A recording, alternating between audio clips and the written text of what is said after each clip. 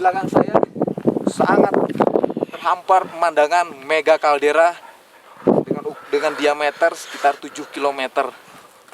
Kaldera inilah yang terbentuk akibat letusan dahsyat supervolcano Tambora yang meletus pada 10 April 1815. Kematian yang disebabkan Tambora mencapai 90.000 jiwa, merupakan kematian yang terbanyak dalam sejarah letusan gunung api yang pernah tercatat.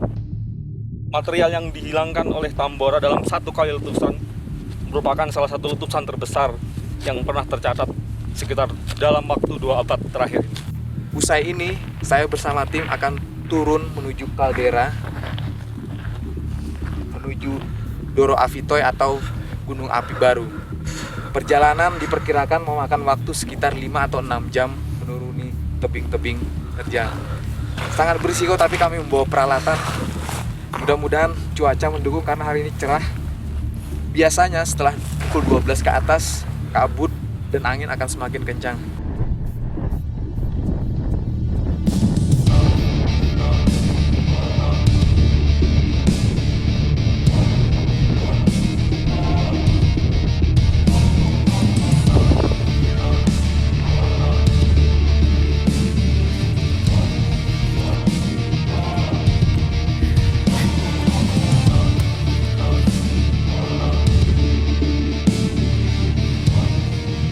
Sampai di teras, salah satu teras dinding kaldera Gunung Tambora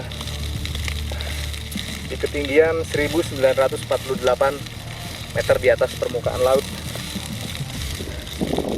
Kami istirahat dulu di sini sebelum melanjutkan perjalanan menuju dasar kaldera yang diperkirakan memakan waktu berapa jam, Bang John?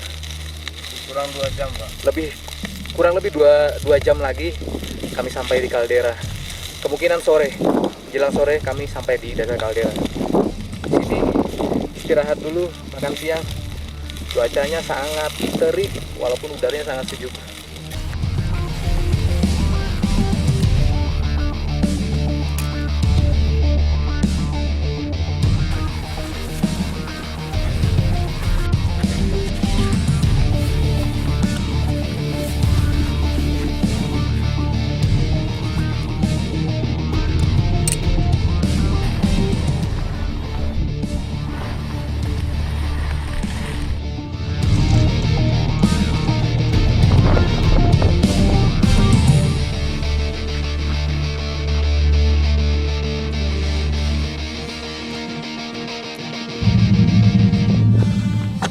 Akhirnya sampai juga di dasar kaldera Gunung Tambora.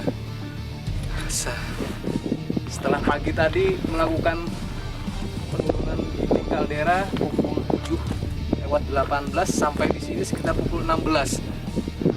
Perjalanan yang cukup melelahkan.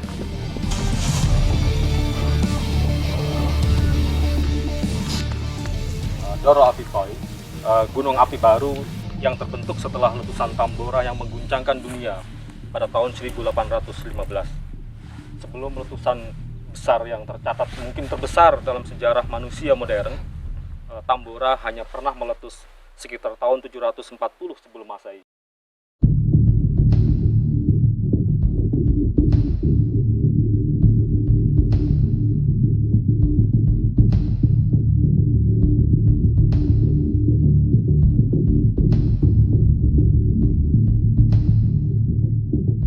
Letusan itu dimulai pada tanggal 5 April 1815. Suara dentumannya terdengar hingga Ambon dan Makassar. Dan ketika puncak letusannya pada tanggal 15 April 1815, suara letusannya bahkan terdengar hingga daerah Bengkulu yang berjarak sekitar 3.000 km dari Tambora.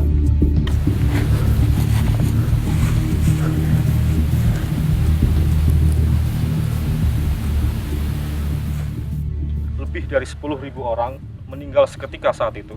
Para vulkanolog kemudian mengidentifikasi ketinggian kolom api dari letusan Tambora itu mencapai sekitar 43 km.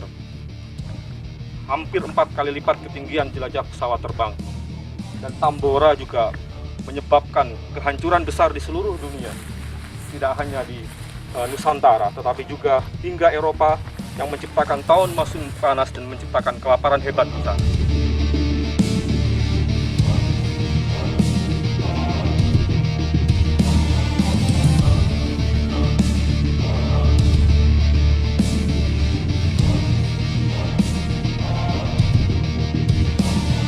Di sekitar Dora Vitoy ini, di dasar kaldera, kita melihat bukan hanya aktivitas vulkanik yang cukup aktif, tetapi juga kita melihat munculnya kehidupan baru ya. Kita melihat ada rerumputan yang menghijau, kita melihat bahwa ada pohon pinus, dan bahkan tadi pagi waktu kita bangun tidur kita mendengar kokok ayam hutan, walaupun tidak banyak tetapi kita mendengarnya. Dan di lantai kaldera ini juga kita melihat beberapa jejak binatang yang kemungkinan adalah monyet dan kijang.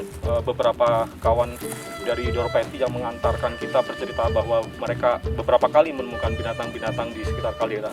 Inilah perut bumi Tambora gitu, yang kita di sini dikelilingi oleh dinding raksasa 7 km diameternya, yang ini merupakan salah satu kaldera terbesar di Indonesia, mungkin selain kaldera Samalas atau Rinjani dan kaldera Toba di Sumatera Utara.